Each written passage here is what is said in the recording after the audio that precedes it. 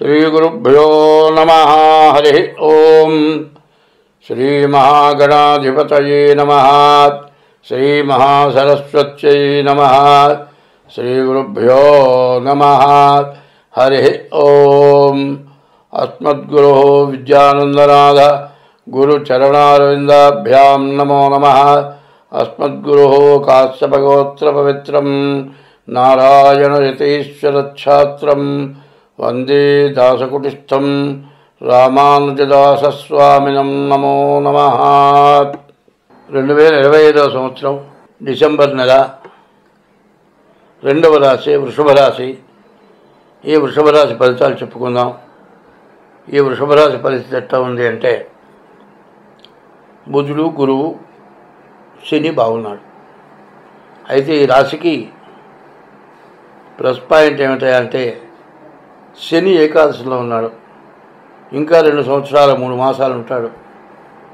నీవు పుణ్యం చేసుకుంటే, నీవు మంచి పనులు చేసుంటే పూర్వం నీకే ఇబ్బంది ఉండదు. బాగా జీవితంలో బాగుపడటానికి అవకాశమైన టైం ఇది. ఈ టైంను సద్వినియోగం చేసుకోవాలంటే చాలా జాగ్రత్తగా ఉండాలి. ఎట్లా ఉండాలి అంటే, ఒక ఆమె మహాపతివ్రత 100 నోములు చేసిందండి. ఒక్క రంకు మాత్రం చేసింది.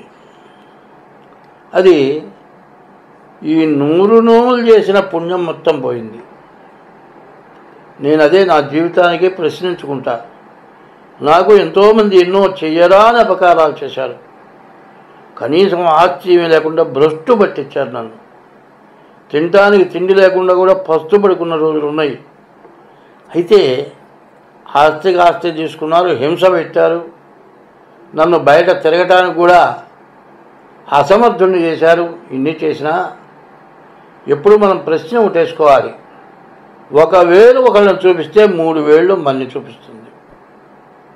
వాళ్ళు అపకారం చేశారు, మనం కూడా తిరిగి అపకారం చేశామనుకుందాం. ఒకడు మన్ని కొట్టాడండి, తిరిగి మళ్ళీ వాడిని కొట్టేటట్లయితే వాడికి మనకు తేడా ఏమిటి? మా గురువుగారు ఒక ఆయన ఉన్నారు, మాకు జ్యోతిష్యం చెప్పిన ఆయనకి టైఫాయిడ్ జ్వరం వచ్చింది. గుంటూరులో కాసరనేని సదాశివరావు గారు డాక్టర్. ఆయన ఇంటి పురోహిత, ఆ ఇంటి వాస్తు అంతా కూడా మా గురువుగారు చెప్పారు. ఆయన పేరు అవ్వారి పాపయ్య శాస్త్రి గారు. ఆయనకి టైఫాయిడ్ జ్వరం వస్తే హాస్పిటల్లో చేరిస్తే జ్వరం బాగా ఉందండి అనగానే ఆయన ఎమ్మెల్యేగా పోటీ చేస్తున్నాడు. ఆడవాళ్ళే ఉండి రాయల్లో నుంచి ఒక ట్యాబ్లెట్ తీసిచ్చి వేయండి అన్నాడు. అది డేట్ ఎక్స్పైర్ అయిపోయిన ట్యాబ్లెట్ ఉండదు.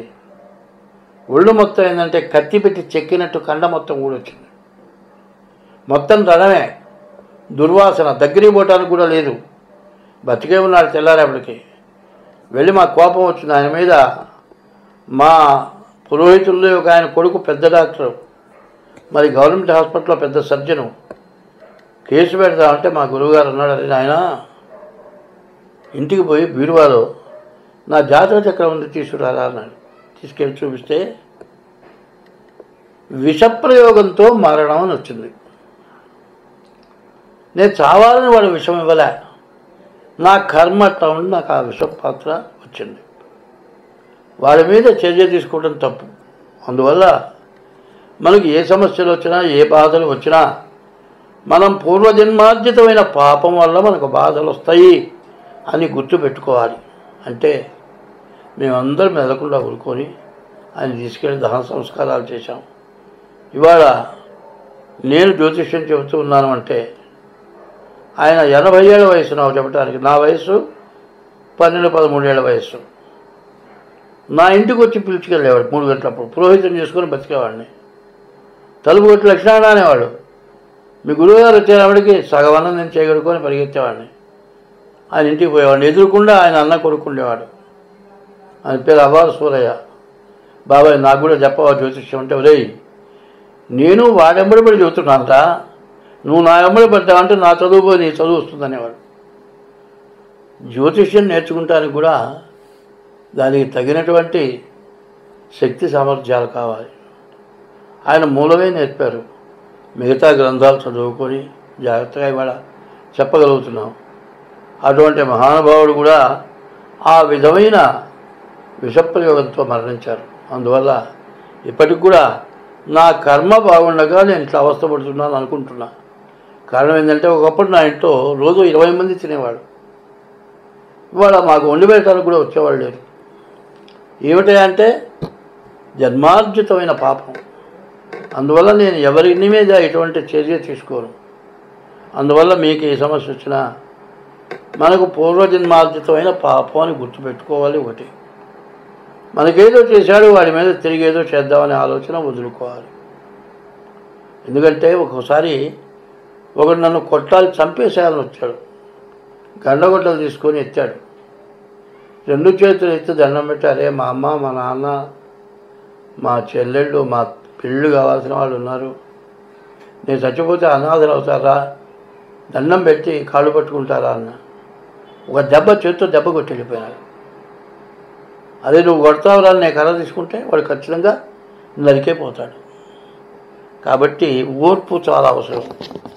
కాబట్టి ఈ రాశి వాళ్ళకి ఏకాదశిలో ఉన్న శని బాగా మంచి మేలు చేస్తాడు. ఈ రాశికి కూడా సప్తమంలో ఉన్న కుజుడు వల్ల మరి భార్యాభర్తల యొక్క సమస్యలు ఖచ్చితంగా రావడానికి అవకాశం ఉంది. చదువుకునే పిల్లలకి బాగా చదువుకొని పైకి రావడానికి మంచి అవకాశం ఉంది. బుధుడు వ్యాపార కారకుడు, బుధుడు బాగున్నాడు. మరి ఈ చదువులో కూడా చదువు బాగుంది. విదేశాలకు వెళ్ళటానికి, విదేశాల్లో వ్యాపారాలు చేయడానికి బాగుంది. రియల్ ఎస్టేట్ బాగుంది. స్టాక్ మార్కెట్ బాగుంది. విదేశాలతో చేసే వ్యాపారాలు బాగున్నాయి. ఎన్ని ఉంటే ఏముందండి, అన్నం ఉందండి. అన్నంలోకి ఏం లేదు. ఒట్టి అన్నం తింటావా? ఒట్టి అన్నం ఎట్లా అంటిదో నీకు భార్య ఎట్లా అంటదే. ఒట్టి అన్నం ఎంత తింటా, ఎంత తిన్నా గుండె పట్టేస్తుంది. ఒట్టి అన్నంలో విశేషం చెబుతాను.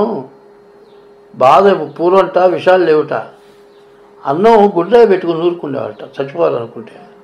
గుండె తీసుకుని మింగితే అది గుండె పట్టేసి చచ్చిపోయేవాళ్ళట. అదే అన్నము ప్రాణాన్ని నిలబెడుతుంది.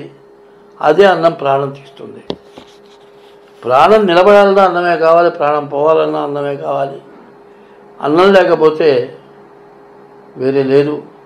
మా నాన్నగారు చెప్పారు, అన్నదానము కన్నా అధిక దానము లేదు, తల్లిదండ్రుల కన్నా దైవమేది, సత్యశీలత కన్నా జగతి తపంబేది, దయ కంటే ఎక్కువ ధర్మమేది, సృజన సంగతి కన్నా చూడ లాభం వేది, క్రోధంబు కన్నా శత్రుత్వమేది, అంగనామణి కన్నా అభినవమణి ఏది, రుణము కంటెను నరునకు రోగమేది, ధరణి అపకీర్తి కంటెను నరకమేది, సర్వదా కీర్తి కంటెను స్వర్గమేది.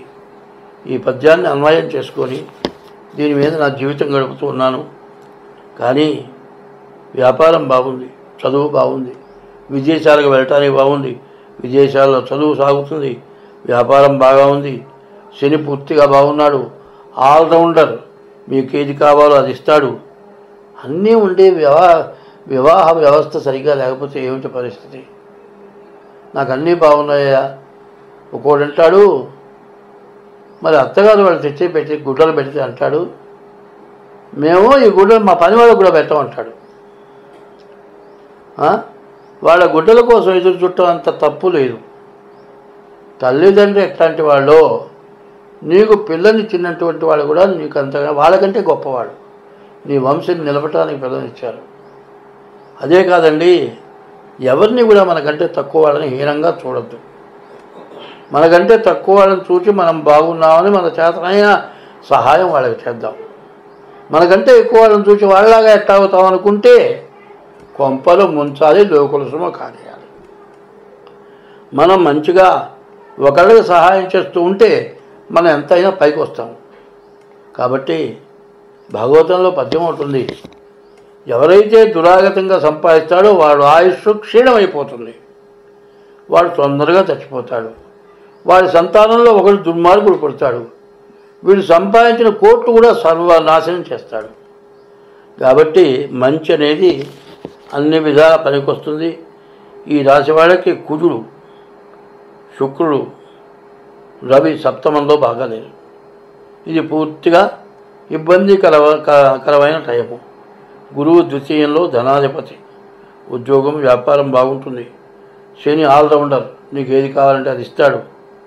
బుధుడు వ్యాపారాలు అన్ని వ్యాపారాలకు బాగున్నాడు. అన్నిటికీ ఇంత సోది కాదు ఇది.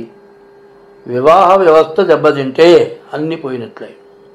కాబట్టి మీ డేట్ ఆఫ్ బర్త్ ద్వారా జాతకం చూపించుకోండి. అట్లా జాతకం చూడాలంటే మా ఫోన్ నెంబర్ 7801071946 ఈ నెంబరు. ఇంకో నెంబరు 6300061241. ఈ 2 నెంబర్లలో ఏ నెంబర్కైనా ఫోన్ చేస్తే మరి దానికి తగిన ఫీజు కడితే మీ జాతకం చెప్పడం జరుగుతుంది. ఇటువంటి టైంలో ఖచ్చితంగా మేషరాశి వాళ్ళు కానీ వృషభ రాశి వాళ్ళు కానీ తప్పనిసరిగా జాతకం చూపించుకొని దానికి తగినటువంటి ఉపశమనం చేసుకోకపోతే అన్ని విధాలా నష్టపడతారు. స్వస్తి.